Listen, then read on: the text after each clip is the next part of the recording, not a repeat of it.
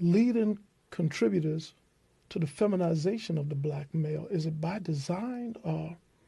What's really going on? Because I see a lot of, you take Black Lives Matter, for instance. The face of Black Lives Matter was an openly gay black man, DeRay McKesson. Again, turn on CNN. I don't think they have a straight black man that works on CNN. And there seems to be this trend where the people who are selected to be our voice are either LGBT, interracial mulattoes or whatever, or in interracial relationships. I'm talking about Van Jones, white wife. Yeah, Shannon Sharpe. A lot of people in sports. A lot of people in sports. I was hurt with Shannon because I really appreciated the way Shannon stood up and stood out and spoke out during the Colin Kaepernick ordeal. And when I found out that Shannon Sharpe was, at least at that time, engaged to a white woman, it crushed me. Because I said, here's a brother who's on point. But then it made sense to me. That's the only reason why he in that chair across from Skip. Well, you know, because he got that white woman at home. No, everyone that I see in the spot, not they everyone. They are compromised in some way. Either they're in interracial relationships. Why is it? Why do we not have the strong black man? Because there's a war against the black family. America has already tried to destroy the black male. America has tried to destroy the black female. America has tried to destroy the black child. Now America has come to a maturity in their genocidal campaign where they now want to destroy the black family as a unit. That's why when you look at all of the new shows on television today, they're homosexual or biracial. Look at all the commercials you see on TV, homosexual or biracial. When is the last time you saw a richly melanated black man and black woman with richly melanated black children on a show or a commercial? You don't see them. Let's take Empire. And I just ran into Jussie Smollett in Harlem 2 weeks ago. And he's biracial and homosexual. So he checks all the boxes. Yeah. So you take Empire. You got 4 leading black male actors in the #1 miniseries in recent American history. You got Lucius, Andre, Hakeem, and Jamal. Lucius, you got a narcissistic black male from Philadelphia. Don't trust his baby mom. Exploits, uses women. Don't really like women, except for sex and to use them. Then you got his oldest son, Andre. Ivy League trained, accountant, white wife. Then you got his next son, which is Jamal. Homosexual, in love with a white male. Then you got his youngest son, Hakeem, hip-hop head, heterosexual, doesn't trust women, uses, abuses, and exploits. How can you have 4 attractive, leading black male actors in the #1 miniseries on TV, and not a single one has a positive and healthy relationship with a black woman? You know why? Because they are socializing and indoctrinating our children. Empire ain't for you and me. We know better. Empire for our 12-year-olds. Empire for our 14-year-olds. Because if my 17-year-old daughter looks at that, she would ask herself, why would I ever want to be with a black man after watching this? And if my nephew, who's 12, 13, looks at Empire and looks at the way the women conduct themselves and carry themselves, why would he ever want to be with a black woman? These shows are political, designed to brainwash black children against authentic black love. Were you aware that the creator of Empire, Lee Daniels, is a black male, homosexual? Oh, not only that. In a relationship with a white man. Not only that, Lee Daniels has a movie coming out called Pimp, I think it is, starring Keke Palmer, who is a lesbian pimp.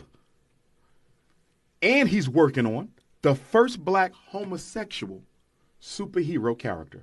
Now, as I said before, I love all black folks. I can sit down and talk to gay, lesbian. It don't make a difference to me. Because I'm here to make you understand, overstand, and understand what's being done to us. But here's my question to Lee Daniels or anyone else. And I've never gotten an answer back yet. I've never gotten an answer. My question is real simple. How does the promotion of interracial or homosexual lifestyles benefit the black community? I've been asking that question for 20 years. I haven't had anyone answer it yet. You know why? Because there is no answer. If you care about we, there's no way you can be about that. Lee Daniels also did Precious. Yes. Another blaxploitation rendition of the worst aspects of black behavior in contemporary American society. Here's my thing. We do have some of that in our community, but so do European Jews. So do Italians, so do Latinos, so do Mexicans, so do Arabs and East Indians. My issue with these Precious movies and the Tyler Perry movies is that every time y'all make a movie, y'all only show us at our worst. White folks also have this. Degeneracy is not the exclusive prerogative of any one group of people. But when it comes to black people, 85% of how they show us in show business is negative and filled with these images. With white folks, you see some of that, but 85% of what you see from white folks, they're the doctors, they're the lawyers, they're the business owners, and most of all, they're the saviors. Well, at least they have diversity. They have diversity in presentation. That's right. There's no diversity in the presentation of black folks. And why is that? From a propaganda perspective, what? You must kill the image of the black male before you kill the black male. If you study Adolf Hitler's campaign against the European Jews, which was an atrocity, he committed an assassination of the image of the Jew in the German mind before he carried out the human extermination. That's what America is doing. But what is the difference between the extermination of the black man's image in America and the extermination of the European Jew's image in Germany? You know what the difference is? The difference is the European Jew did not participate in the extermination of his own public image. The black man is participating and financing the extermination of his own public image. Look at hip hop. That is the extermination of the black male's image. Look at the Tyler Perry movies, the Lee Daniels shows. Look at the reality shows of black women where they show our women as thirsty, sexually uncontrolled, masculine, and undesirable. But here's the thing, Baba. We are volunteering. We are complicit in to our own destroy destruction. our own destruction. And that was my next statement to you, or question. Why, with all their money, are the LeBron Jameses and the Jay-Z's and everybody else partaking in this? Do they not have a choice? Are they compromised in some way that they have to go along with this? Are they sadistic? Is it self-hatred? Mm-hmm. What is it? All of the above? Because what I don't understand is, why are the people we celebrate the most among ourselves, the black people we celebrate the most, seemingly the most weaponized against us?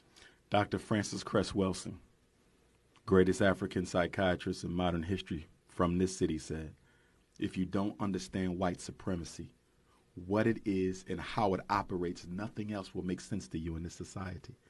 The reason why those who are least interested in helping us fix our problem are the most celebrated is because they are the ones that are put out in front of our children to be celebrated.